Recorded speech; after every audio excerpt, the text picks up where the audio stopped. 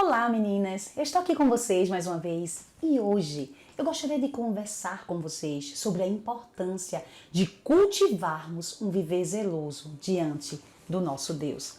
O apóstolo Paulo, no livro de Tito, capítulo 2, dos versos 3 ao 5, ele vai falar sobre as características que deve existir em uma mulher que ama a Deus, que deve existir em uma mulher cristã. E ele vai falar lá que elas devem ser modestas, que elas devem possuir autocontrole, que elas não devem ser fofoqueiras, que elas devem amar seus maridos, amarem seus filhos, que elas devem ser prudentes e puras, boas donas de casa, bondosas e submissas aos seus maridos. E ele conclui o verso 5 falando o propósito pelo qual essas características são importantes na vida de uma mulher cristã. E ele conclui falando para que a palavra de Deus não seja difamada, ou seja, para que o evangelho, para que a doutrina de Deus não venha a ser difamada.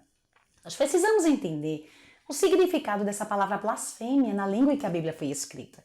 E essa palavra tem a ver com agir de forma irreverente. Essa palavra tem a ver com afrontar, com desdenhar, com ignorar a boa vontade de Deus para as nossas vidas. O apóstolo Paulo, no capítulo 2, ele não só fala aqui para as mulheres, ele fala para os anciãos, para os homens mais velhos, fala aqui para as mulheres mais velhas, para ensinar as mais jovens, fala para os jovens rapazes, para os servos, para os escravos.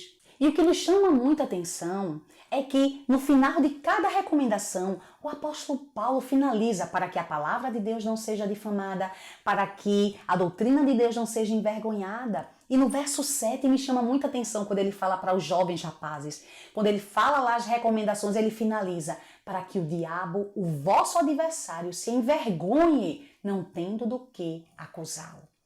A partir do verso 11, ainda no capítulo 2 de Tito, o apóstolo Paulo ele vai fundamentar o porquê é que o povo de Deus deve viver de forma digna, de forma coerente com o evangelho.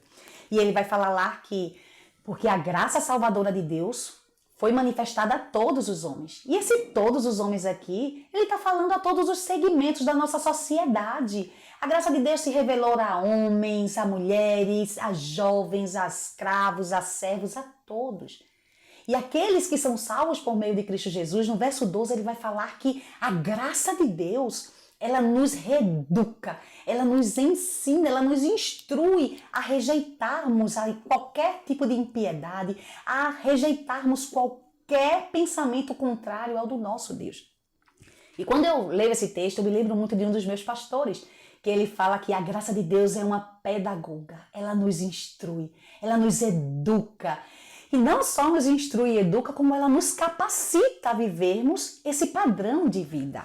No verso 13, o apóstolo Paulo ainda continua falando que o povo de Deus, eles devem viver as suas vidas aqui aguardando a gloriosa redenção, aguardando o nosso Salvador que há de vir. Ou seja, os cristãos precisam ter muito claro em suas mentes que eles são peregrinos nessa terra.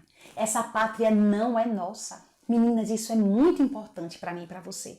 Porque se nós não tivermos essa convicção clara nas nossas mentes, nós vamos cair no engano de querer fincar as nossas raízes nesse mundo. E como diz um grande autor que eu aprecio muito, nós vamos querer fazer desta terra o nosso céu. E sabe o que é que nós vamos lucrar? Tristezas e frustrações. Porque nada debaixo desse sol pode satisfazer as nossas almas. Então, os cristãos, eles devem viver as suas vidas aqui como peregrinos, aguardando o nosso Salvador, que no verso 14 ele vai dizer que Cristo nos salvou com um sacrifício perfeito. Ele nos remiu, ele nos salvou, ele perdoou os nossos pecados, ele nos livrou do inferno. E aí ele conclui o verso 14 falando, ele nos fez um povo especial. E essa palavra me constrange tanto. Porque não que existe algo de bom em nós ou que existe algo de especial em cada um de nós, mas Cristo nos salvou por sua infinita graça, misericórdia e amor. E ele não só nos fez um povo especial, mas ele nos fez um povo zeloso e de boas obras. O apóstolo Paulo aqui fundamenta porque é que o povo de Deus precisa viver de uma forma que glorifique a Deus, que agrade a Deus, porque Cristo nos salvou com um sacrifício perfeito. Meninas, vivemos em um mundo de trevas.